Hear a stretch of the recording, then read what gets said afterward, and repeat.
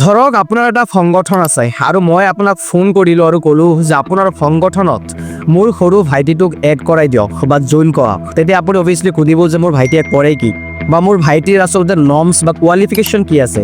তেতিয়া যদি মই কওঁ যে মোৰ ভাইটিজন ক্লাছ 6ত পঢ়ে, তেতিয়া আপোনাৰ ৰিয়েকশ্যন কি আহিব?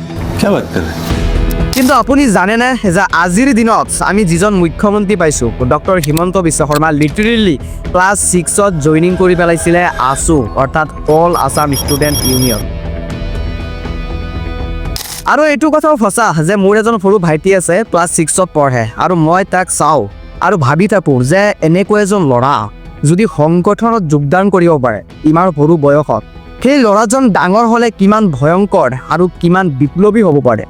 চাওক, এইটো আমাৰ বাবে একেবাৰে গৌৰৱৰ কথা যে আমি এনেকুৱা এজন মুখ্যমন্ত্ৰী পাইছোঁ যিজন মুখ্যমন্ত্ৰীয়ে ক্লাছ 6তে নিজৰ বিপ্লৱ আৰু নিজৰ যাত্ৰা আৰম্ভ কৰিছিলে। কিন্তু আপুনি এইটো জানেনে যে তেখেতে যেতিয়া ষ্টুডেণ্ট পলিটিক্স কৰি আছিলে বা সংগঠনত পলিটিক্স কৰি আছিলে, সেইটো সময়তে তেখেতৰ ওপৰত বিভিন্ন ধৰণৰ ডাঙৰ ডাঙৰ অভিযোগ লাগি আহিছিলে আৰু তাৰ ভিতৰত আটাইতকৈ ডাঙৰ অভিযোগ আছিলে যে উলফাৰ লগত লিংক। তো আহক আজিৰ এই ভিডিঅ'ত আমি আলোচনা কৰোঁ যে হিমন্ত বিশ্ব শৰ্মাৰ ওপৰত উলফাৰ লগত লিংক থকাৰ যি অভিযোগ আছিলে সেয়া আচলতে কেনেকৈ আহিছিলে।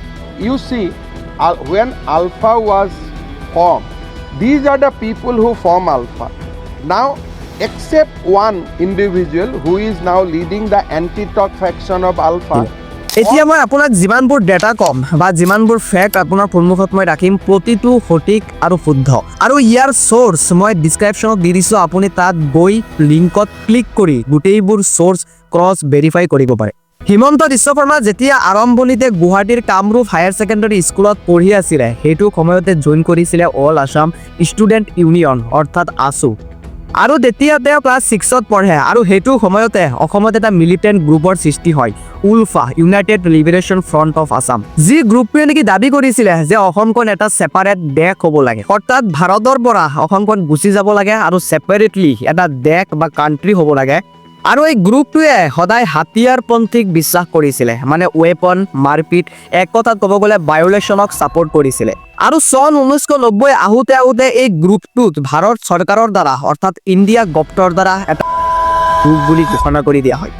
এতিয়া আহিছোঁ কণ্টেক্সত, যেতিয়া হিমন্ত বিশ্ব শৰ্মা কটন কলেজত ষ্টুডেণ্ট পলিটিক্স কৰি আছিলে, তেতিয়াই হিমন্ত বিশ্ব শৰ্মাৰ ওপৰত অভিযোগ উঠিছিলে যে তেখেতে উলফাক ব্যৱহাৰ কৰি গুৱাহাটীৰ বিজনেছমেনৰ পৰা আৰু চৰকাৰী কৰ্মচাৰীৰ পৰা বৃহৎ পৰিমাণৰ টকা লুটি আছে বা খুজি আছে। আৰু এনেকৈয়ে 1 জানুৱাৰী 1991 চনত হিমন্ত বিশ্ব শৰ্মাৰ বিৰুদ্ধে পাণবজাৰ পুলিচ ষ্টেচনত এটা কেছ এপ্ৰুভ কৰা হয় এটা আইনৰ অধীনত, terrorist and disruptive activities prevention এক্টৰ অধীনত অৰ্থাৎ টাডাৰ অধীনত। আৰু ইয়াৰ লগে লগে এইটো অভিযোগ উঠে যে যেতিয়া পুলিচ হিমন্ত বিশ্ব শৰ্মাৰ হোষ্টেলত তদন্ত কৰিবলৈ যায়, তাত এটা ৰিভলভাৰ আৰু 25টা কাৰ্টুজ পায়, যিটো নেকি হিমন্ত বিশ্ব শৰ্মাই কিটচেনৰ পিছফালে লুকাই ৰখা বুলি অভিযোগ উঠে। আৰু ইয়াৰ লগতে আৰ্মছ এক্টৰ ধাৰাও লাগি যায় হিমন্ত বিশ্ব শৰ্মাৰ ওপৰত। ইয়াৰ কিছুদিন পিছতে 28 মাৰ্চ 1991ত পুনৰ চানমাৰী পুলিচ ষ্টেচনত এটা কেছ এপ্ৰুভ কৰা হয় হিমন্ত বিশ্ব শৰ্মাৰ বিৰুদ্ধে। আৰু এইবাৰ আৰু বেছিকে গুৰুতৰ অভিযোগ উঠে যে হিমন্ত বিশ্ব শৰ্মাই গুৱাহাটীৰ বিজনেছমেনৰ পৰা আৰু চৰকাৰী কৰ্মচাৰীৰ পৰা টকা বিচাৰিছে আৰু মাৰপিট কৰিছে, লগতে এটেম্পটো জানে মাৰি পেলোৱাৰ আৰু হুমকি দিছে। আৰু এই সম্পূৰ্ণ ঘটনাটো উলফাৰ নামত পৰিছে।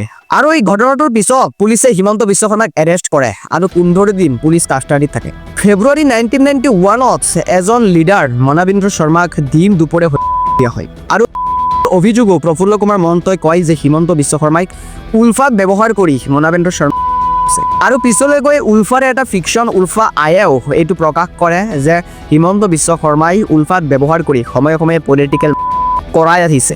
আৰু যেতিয়া হিমন্ত বিশ্ব শৰ্মাৰ ওপৰত 2টা টাডা কেছ আৰু এটা অভিযোগ লাগি যায়, তেতিয়া হিমন্ত বিশ্ব শৰ্মা ছাত্ৰ সন্থা এৰি চিধাকৈ যোগদান কৰে কংগ্ৰেছ। আৰু তেতিয়া কংগ্ৰেছত আছিলে হিতেশ্বৰ শইকীয়াই হিমন্ত বিশ্ব শৰ্মাৰ ওপৰত বিশ্বাস কৰিছিলে আৰু তেখেতৰ ষ্ট্ৰেটেজিকৰ ওপৰত মোহিত হৈ হিমন্ত বিশ্ব শৰ্মা কংগ্ৰেছত যোগদান দি দিয়ে। আৰু কংগ্ৰেছত যেতিয়া হিমন্ত বিশ্ব শৰ্মা যোগদান কৰে, তেতিয়াই চানমাৰী পুলিচ ষ্টেচন আৰু পাণবজাৰ পুলিচ ষ্টেচনৰ পৰা সম্পূৰ্ণ কেছ ফাইল চুৰি হৈ পৰে, লগতে কেছ ডায়েৰীলৈকে নাইকিয়া হৈ পৰে। গতিকে একেবাৰে সংক্ষিপ্তত এইটো আলোচনা কৰিলোঁ যে আচলতে আমাৰ মুখ্যমন্ত্ৰীৰ লগত এই অতীত উলফাৰ লগত কি লিংক আছিলে বুলি যে উঠি আহে, এইটো আচলতে কেনেকৈ আহিছে।